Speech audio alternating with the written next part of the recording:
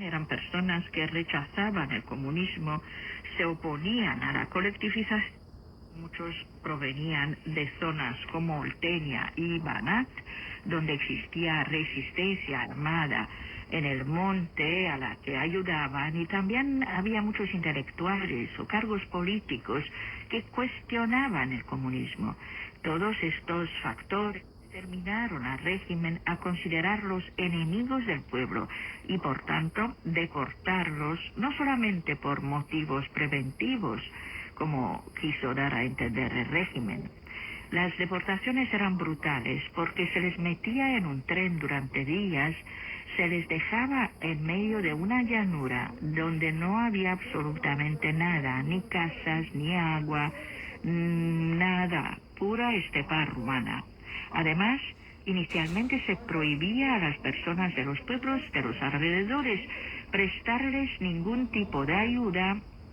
Se les decía que eran coreanos y que no se iban a entender, pero rápidamente se dieron cuenta de que eran rumanos. Se les ordenaba vivir ahí y eran obligados a construirse sus propias casas con lo que encontraran. Las primeras casas eran de adobe, siendo las únicas materias primas que podían usar para construir chozas, porque los inviernos son muy duros en esta zona, de ahí que se les llame la Siberia rumana. La idea era hacerles la vida lo más difícil posible, de tal modo que no opusieran ninguna resistencia al régimen. Tras las liberaciones de los deportados en el 55, en muchas de las casas que ellos habían construido fueron enviados a vivir los prisioneros políticos, considerados peligrosos, que regresaran a su vida normal, donde podrían de nuevo tener una red de contactos. Estos pueblos estaban completamente aislados en medio de la nada. Posteriormente los pueblos fueron destruidos para no dejar vestigio alguno de lo sucedido. Una vez liberados, muchos de los deportados, sobre todo los provenientes de Bucovina o de Besarabia, decidieron quedarse en Bergán, porque Banat, donde vivían antes de ser deportados, tampoco era su lugar de origen, puesto que habían llegado huyendo de los soviéticos durante las primeras deportaciones a Siberia en 1945 de las personas de etnia alemana. Banat se transformó en una zona de colonos para aquellos que huían de los rusos, que posteriormente serían deportados de nuevo a otros lugares. Muchos de ellos habían pasado por 2 o 3 deportaciones. Por ejemplo, en Bucovina, desde 1941, fueron deportadas muchas personas a diferentes regiones. Como ya hemos comentado, después de 1945 se les trasladó a otras para acabar en Bergán, de donde algunos regresaron y otros fueron a parar a nuevas regiones. Por eso muchos se preguntan dónde está su casa.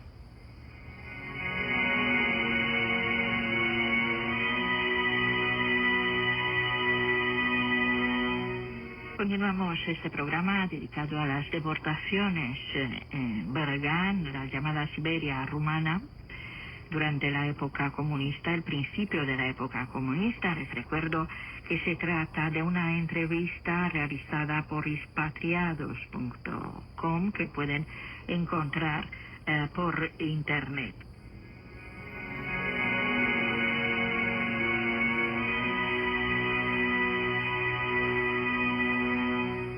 Preguntan los redactores de esta publicación: en la sociedad rumana conviven 2 realidades.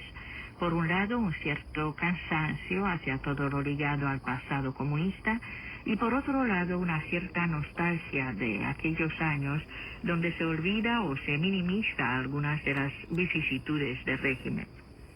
¿Qué creéis que obedece esta dualidad?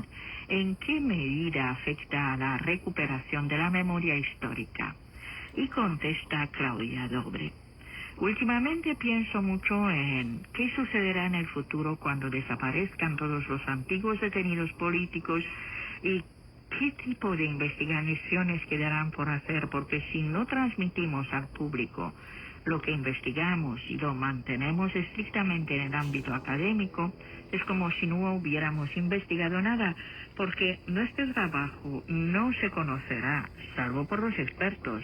Corremos el riesgo de que el comunismo quede una caricatura de lo que fue, por ejemplo, ahora con un salchichón que usa la nostalgia del sabor de la comida durante el comunismo para vender sus productos.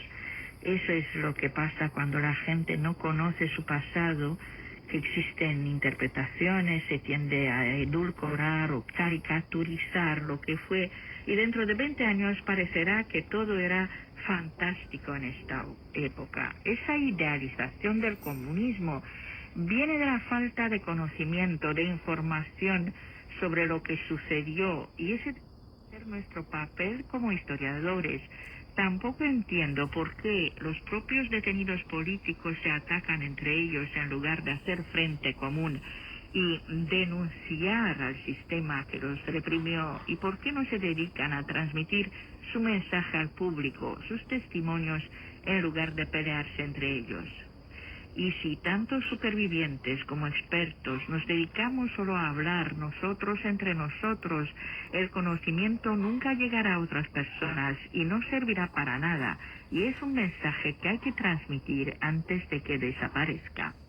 Por ejemplo, hay muchas iniciativas de testimonios orales, archivos me refiero, que pertenecen a ONGs o a instituciones públicas, pero si se mantienen allí encerrados, solo accesibles para investigadores, ¿para qué sirven? A veces ni siquiera están abiertos para investigadores que deberían ser accesibles para todo el mundo, para utilizarlos como quieran, sin condicionamientos. Todo está muy disperso y a veces no existe una forma organizada de accederlos, como las bibliotecas.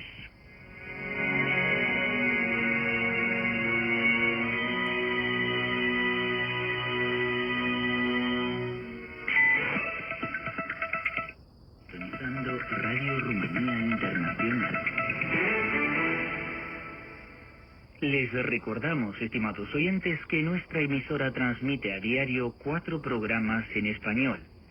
A las 19 horas UTC por 9.610 y 11.850 kHz en España. A las 21 horas UTC por 11.650 y 9.620 en Argentina y Brasil. A las 23 horas UTC por 11.650 y 9.700 kHz en Sudamérica y por 9.760 y 11.730 kHz en Centroamérica. A las 2 de la madrugada UTC por 11.945 y 9.440 kHz en Sudamérica y por 9.700 y 11.780 kHz en Centroamérica. También se pueden sintonizar vía satélite Eutelsat 16A en 11.512 MHz, polarización vertical, azimut 16 grados este.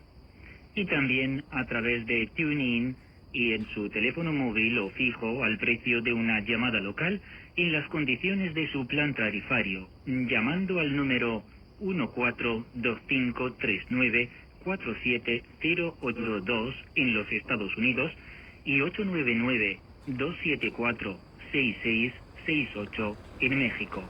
Gracias por su atención.